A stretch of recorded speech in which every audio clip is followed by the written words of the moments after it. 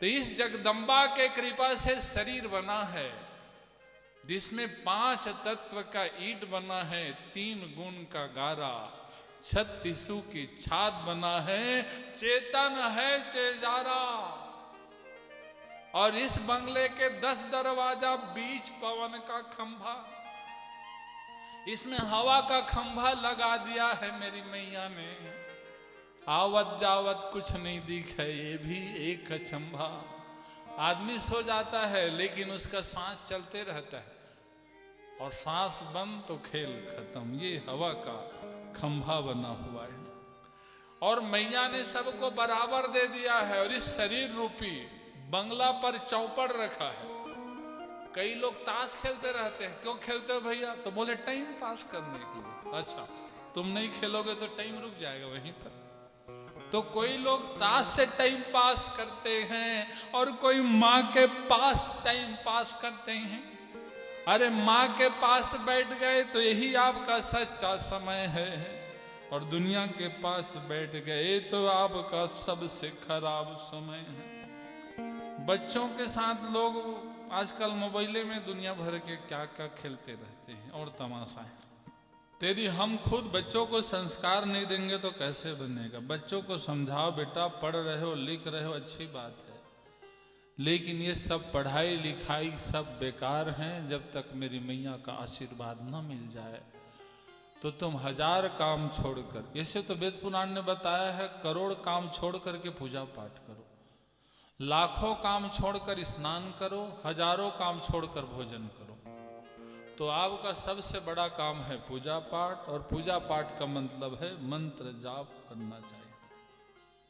चाहे जैसो भी परेशान करना पड़े लोगों को, लेकिन ईश्वर से जुड़ना चाहिए, जगदम्बा से जुड़ना चाहिए। और जो देवी माता से जुड़ गया तो इस बंगला में जो चौपड़ है ना, वो जुग जीत करके जाता है, अपने पूरे पूर्वजों को तार के जाता है। देवी भागवत कथा से 7 के पिता पक्ष, 7 माता पक्ष और 7 ससुराल पक्ष, माने 21 पीढ़ी तर जाते हैं देवी भागवत में। अभी हम लोग सब पिंड दान करा के आए हैं ना, 21 पीढ़ी को, यही 21 पीढ़ी है, तीनों के साथ 7 पक्ष को तार देती हैं। ये देवी भागवत की कथा है। आप लोग कल सुने हैं, क्योंकि जब व्यास नारायण देवी भागवत की कथा जन्मेजय को सुना रहे हैं, और पूरे बाप बेटा की तो कथा है, सुखदेव जी महाराज ने परीक्षित को सुनाया। माने व्यास नारायण के बेटा ने जन्मेजय के बाप को सुनाया, और व्यास नारायण ने परीक्षित के बेटा को सुनाया। जब भागवत की कथा सुने उसके बाद भी तक्षक नाग आया और परीक्षित को डसीच लिया। भले मरे के बाद डसा, लेकिन डसबेच किया।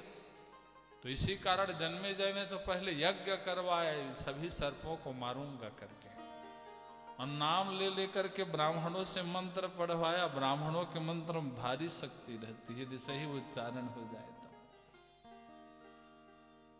तो जिस तक्षक ने डसा था वह तक्षक देवराज इंद्र के सिंहासन में जाकर छिप गया। जन्मेजय ने कहा अभी तक क्यों नहीं आया? तो ब्राह्मणों ने बताया वो देवराज इंद्र के आसन में छिप गया। बोले देवराज इंद्र के संहिता आहुति दे दो। कांप गए देवराज इंद्र, हड़बड़ाते सभी सर्पों को लेकर के आस्तिक मुनि महाराज के पास गए, जो मनसा देवी का पुत्र है। काल सर्पदोष जिसको पड़ जाए ना, तो ये आस्तिक मुनि महाराज की कथा को सुन लेवे, तो उसकी कथा सुनने मात्र से काल सर्पदोष कट जाता है। नासिक में जाकर के 3 दिन पूजा कराओगे तो काल सर्पदोष कटेगा, और हरिद्वार में 1 दिन जाके आस्तिक की माता मनसा देवी का दर्शन कर लो। दर्शन करने से काल सर्पदोष कट जाता है। जब मनसा देवी का विवाह हुआ जरत्कारु मुनि से, तो जरत्कारु मुनि ने एक शर्त में विवाह किया था, क्योंकि विवाह का मुख्य कर्तव्य होता है अपने कुल को आगे बढ़ाने वाला बेटा मिल जाए, उसके बाद उससे दूर हो जाए और भगवान की भक्ति करे, मुख्य कर्तव्य होता है। तो जरत्कारु मुनि ने कह दिया कि मनसा देवी जिस दिन तुम्हारा पुत्र हो जाएगा उस दिन मैं तुम्हें त्याग दूंगा। जिस दिन तुम मेरे बात को नहीं मानोगी उस दिन मैं तुम्हें त्याग दूंगा। यदि तुम मेरे साथ विवाह कर रही हो, क्योंकि मैं साधक तपस्वी पूजा पाठ करने वाला, मैं अपने धर्म के मार्गों को बढ़ाने के लिए शादी कर रहा हूं। दो प्रकार के लोग विवाह करते हैं, एक भोग करने के लिए और दूसरे धर्म के मार्ग को बढ़ाने के लिए।